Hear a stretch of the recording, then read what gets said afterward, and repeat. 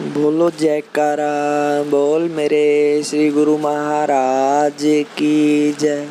बोल मेरे श्री नंगली निवासी भगवान की जय।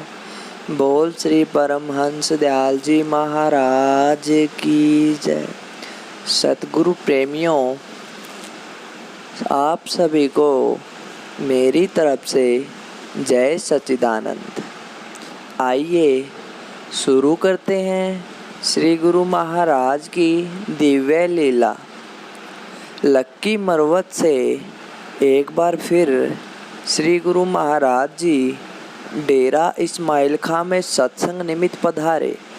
वहाँ रोज श्री महाराज जी का अमृत उपदेश होने लगा, जिसे सुनने के लिए आसपास के गांवों के लोग आने लगे। उन्हीं दिनों भगत परशुराम जी, जो कि कुलगुरु श्री हर मिलाप साहिब की गद्दी पर थे, श्री महाराज जी के पवित्र दर्शन करने और सत्संग श्रवण करने के लिए आए।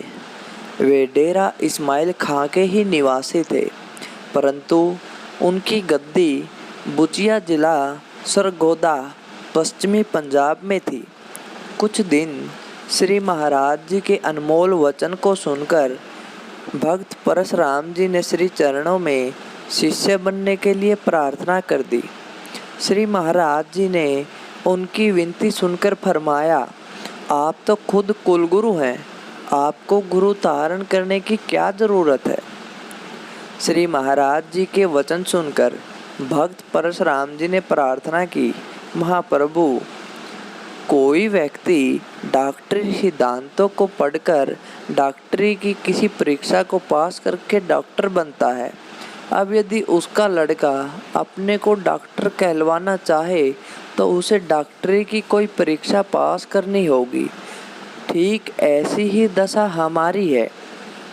हमारे पूर्वज महापुरुषों ने कठिन योग साधना करके आत्म साक्षात्कार किया और समय के गुरु बने, परंतु उनके शरीर शांत होने के बाद श्रद्धालु प्रेमियों ने गुरु गद्दी पर बैठने के नाते हमको ही गुरु मानना शुरू कर दिया। हमने आज तक उन जैसा योगा अभ्यास नहीं किया और न ही आज तक ईश्वर प्राप्ति के लिए सतगुरु की शरण ली। आज तक हम इसी भूल में रहे कि हम तो स्वयं गुरुओं की संतान हैं, फिर हमें गुरु धारण करने की क्या ज़रूरत है। हम आज तक दूसरों को मंत्र उपदेश देते रहे और उनसे सेवा भेंट लेते रहे, परंतु अब आपके गूढ़ सत्संग से यह ज्ञान हुआ कि पहले खुद गुरुमुख बनना चाहिए। भक्त परशुराम जी के मुख से निकला हुआ एक एक वचन इस अमर सत्यता की पुष्टि करता था कि बिना सतगुरु की कृपा के कोई भी जीव ब्रह्म दर्शन और आत्म साक्षात्कार नहीं कर सकता, चाहे वे ऊंची से ऊंची शिक्षक पदवी तक क्यों न पहुंचा हो। स्वामी विवेकानंद जी ने भी बंगाल में प्रचलित कुलगुरु प्रथा के विषय में ये शब्द कहे हैं कि बंगाल में एक अद्भुत रीति का प्रचलन है, वह है कुलगुरु प्रथा। वह यह है कि मेरा पिता तुम्हारे पिता का गुरु था, इसलिए मैं तुम्हारा गुरु हूँ। गुरु किसको कहना चाहिए, इस संबंध में श्रुति सम्मत अर्थ है, गुरु वे हैं जो वेदों का रहस्य समझते हैं। कोई ग्रंथ कीट नहीं, व्याकरण नहीं, बड़ा पंडित नहीं, किंतु वे हैं जिन्हें वेदों के यथार्थ तात्पर्य का ज्ञान है, वेदों का रहस्य समझते हैं और जो अवर्जिन है, निष्पाप हैं, जिन्हें काम छू भी नहीं सकता है, जो तुम्हें शिक्षा देकर तुमसे अर्थ प्राप्ति की आशा नहीं रखते, वे ही संत हैं, वे सच्चे साधु हैं। जिस प्रकार वसंत काल हर एक पेड़ पौधे को पत्तियों और कलियों से हरा भरा कर देता है, परंतु पौधे से प्रतिदान की प्रार्थना नहीं करता, क्योंकि भलाई करना उसका स्वाभाविक धर्म है। गुरु ठीक इसी प्रकार है। वे इस भीषण भवसागर के उस पार स्वयं भी चले गए हैं और बिना किसी लाभ की आशा किए दूसरों को भी पार करते हैं। ऐसे ही मनुष्य गुरु हैं। दूसरा कोई गुरु वाच्य नहीं कहा जा सकता। भक्त परशुराम जी की नम्रता भरी प्रार्थना को सुनकर श्री महाराज जी ने उनको सहज योग का उपदेश दिया। 2 दिन बाद भक्त परशुराम जी ने अपनी परिवार के सभी सदस्यों को श्री महाराज जी की चरण शरण में लाकर सबको सूरत शब्द योग का ज्ञान करवाया। भक्त परशुराम जी और उनका सारा प्रेमी परिवार श्री महाराज जी की कृपा द्वारा परम आनंद का भागी हुआ। कुछ दिन बाद भक्त परशुराम जी ने श्री इष्ट देव भगवान के चरण कमलों में विनती की। श्री सतगुरुदेव जी पंजाब में कुलगुरु होने के नाते दास के बहुत से सेवक हैं। यह दास उन सबको आपकी चरण शरण में लाकर उनका जीवन सफल करना चाहता है ताकि वे भी आध्यात्मिक लाभ उठा सके। श्री महाराज जी ने अत्यंत कृपा करके भक्त परशुराम जी की प्रार्थना को स्वीकार कर लिया। कुछ दिन बाद श्री महाराज जी ने डेरा इस्माइल खां से अपने प्रेमियों सहित टेहल राम शहर जिला भन्नू में पधारे। श्री महाराज जी के आगमन से प्रेमियों के हृदय सतगुरु प्रेम से विभोर हो उठे। वे अपना जीवन धन्य मानने लगे। यहाँ भी नियम अनुसार सत्संग का प्रेम प्रवाह चलने लगा। तब एक दिन भक्त परशुराम जी ने अपने प्रेमी परिवार और एक महात्मा शीतल दास जी सहित आकर श्री महाराज जी से पंजाब पधारने की प्रार्थना की। भक्त परशुराम जी के प्रेम की अवस्था बहुत अद्भुत थी। इनका शरीर काफ़ी वृद्ध था, परंतु प्रेम में शरीर की अवस्था का कोई सरोकार नहीं होता है। प्रेम कभी बूढ़ा अथवा पुराना नहीं होता। सतगुरु के चरणों की प्रीति नित्य नई होती है।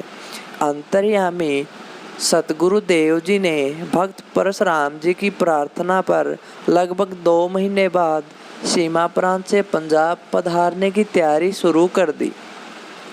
टहल राम शहर से श्री महाराज जी फ्रंटियर में अपने सत्संग के मुख्य केंद्र लक्की मरवत पधारे।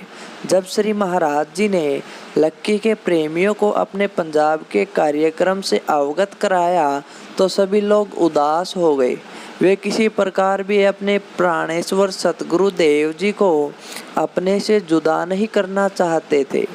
श्री महाराज जी ने उन्हें बड़े प्रेम से समझाते हुए फरमाया, आप लोगों ने काफ़ी मौज कर ली और अपने जीवन का सच्चा लाभ प्राप्त कर लिया।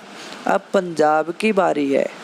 इस प्रकार प्रेमियों को धैर्य बंधाकर श्री गुरु महाराज जी भक्त परशुराम जी तथा अन्य कुछ सेवकों सहित लक्की मरवत से कालाबाग पहुँचे। इधर सीमा प्रांत की ओर सिंधु नदी के तट पर कालाबाग रेलवे स्टेशन था। गाड़ियाँ यहाँ तक ही आती जाती थी। कालाबाग के आगे प्रसिद्ध नदी सिंधु अटक पड़ती थी। अटक के दूसरे किनारे रेलवे स्टेशन मांडी इंडस था। उन दिनों सिंधु नदी पर रेल का पुल नहीं बना था, इसलिए पंजाब से आने वाली गाड़ियाँ मांडी इंडस स्टेशन तक आती जाती थी। सीमा प्रांत और पंजाब के यात्री पानी के जहाज स्टीमर द्वारा नदी के आर पार जाते थे। कालाबाग पहुंचकर श्री महाराज जी भी पानी के जहाज द्वारा मांडी इंडस पहुँचे। इस प्रकार श्री महाराज जी ने पंजाब की पुण्य भूमि पर पदार्पण किया और अपने चरण कमलों द्वारा इस धरती पर सोए भाग्य जगाए। मांडी इंडस से श्री महाराज जी रेलवे स्टेशन मलकवाल जिला सरगोदा पहुँचे। रास्ते में परशुराम जी को बुखार के कारण शरीर में काफ़ी कष्ट हो गया।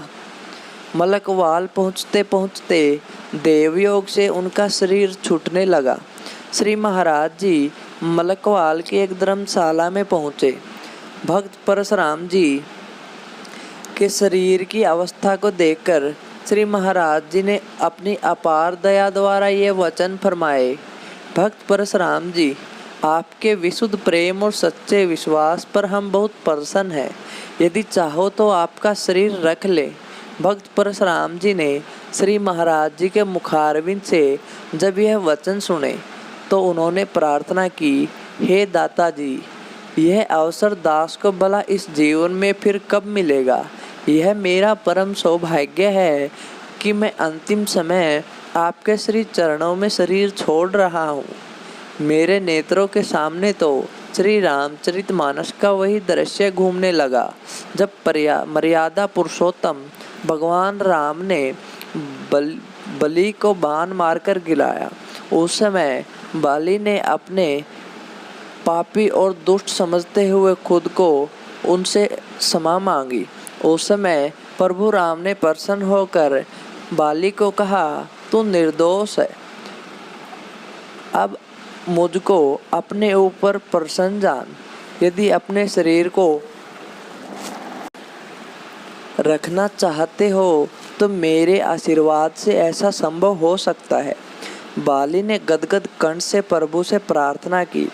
इस प्रसंग को गोस्वामी तुलसीदास जी ने रामचरितमानस में अच्छी प्रकार से वर्णन किया है।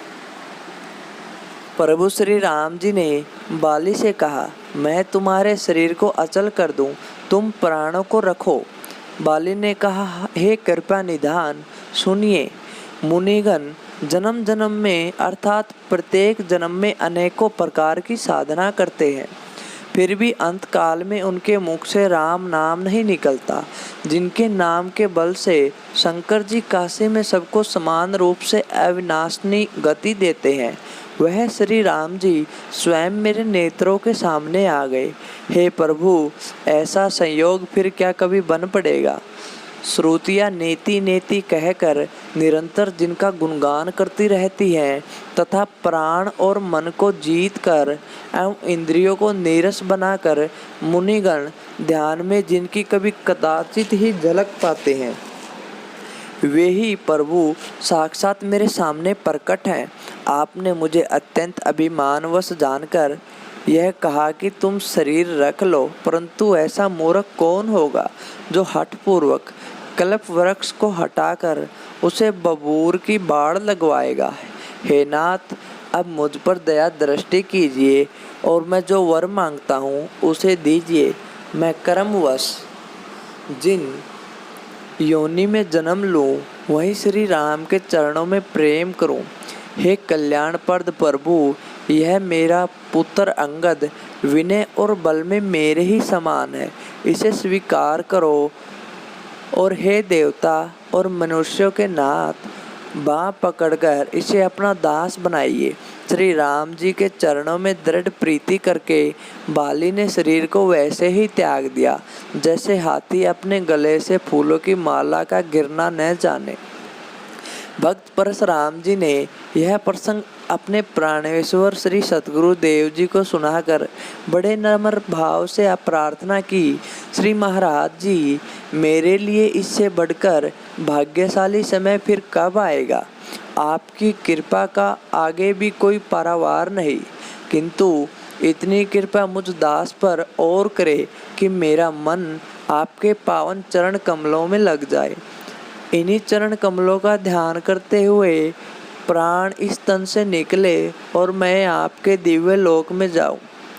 ये वचन कहकर भक्त परशुराम जी ने अपने शीश को श्री सतगुरु देव के चरणों में रख दिया और श्री महाराज जी की पवित्र छवि को हृदय में धारण करते हुए थोड़ी देर बाद अपने नेत्र मूंद लिए। उसी समय उनके प्राण पखेरु पंचभौतिक स्थूल शरीर का परित्याग करके महाकाश में उड़ गए। यह विलक्षण दृश्य देखकर सभी लोग भक्त परशुराम जी के उत्तम भाग्यों की सराहना करने लगे। वे मन ही मन श्री चरणों में प्रार्थना करने लगे कि उनका अंतिम समय भी इसी प्रकार आए। भक्त परशुराम जी के प्रमुख सेवक और सगे संबंधी उनके शरीर शांत होने के समाचार को पाकर मलकवाल पहुंच गए। उनके शरीर को बुचिया ले जाकर सनातन विधि अनुसार नगर की शमशान भूमि में दाह संस्कार किया गया। फिर भक्त परशुराम जी के अवशेषों की समाधि बनाई गई।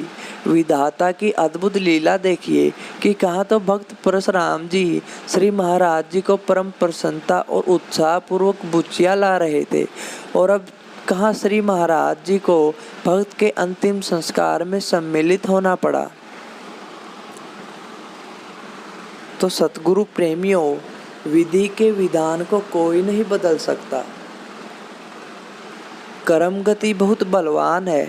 मुनि वशिष्ठ ने बहुत विचार के साथ श्री राम जी के राज्य अभिषेक का मुहूर्त निकाला, परंतु सब काम उसके विपरीत हुआ। राम के वियोग में महाराज दशरथ की मृत्यु हो गई। श्री राम, लक्ष्मण और सीता जी को वन में अनेक विपत्तियों का सामना करना पड़ा। रावण ने कपट से स्वर्ण मृग भेजकर सीता को हर लिया, जिसके परिणाम स्वरूप सोने की लंका जल गई। विधि की इसी विडंबना के कारण सत्यवादी राजा हरिश्चंद्र को नीच डोम के हाथ बिकना पड़ा। राजा बलि को पाताल जाना पड़ा। राजा नरग नित्य प्रति करोड़ों गायें दान देता था, किंतु फिर भी उसे गिरगिट का शरीर धारण करना पड़ा। भगवान पांडवों के सारथी थे, फिर भी पांडवों को विपत्ति सहन करनी पड़ी।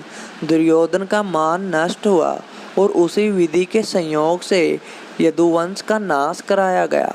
सागर मंथन के समय राहु, केतु और सूर्य चंद्रमा में शत्रुता हो गई। उसी के परिणाम स्वरूप ग्रहण लगता है। कबीर जी कहते हैं, जो होनी है वह सदा होके रहती है, इसलिए भविष्य की चिंता करना छोड़ दो। कोई भी भविष्य की बात को अपने श्री सतगुरुदेव के भरोसे छोड़ दो, उनके हवाले कर दो। वे हर समस्या को अपने भक्त के सामने निपटा देंगे। कोई भी समस्या, कोई भी तो ऐसे सतगुरुदेव के पावन चरणों में मेरा दंडवत प्रणाम। तो सभी सतगुरु प्रेमियों को एक बार फिर से जय सच्चिदानंद।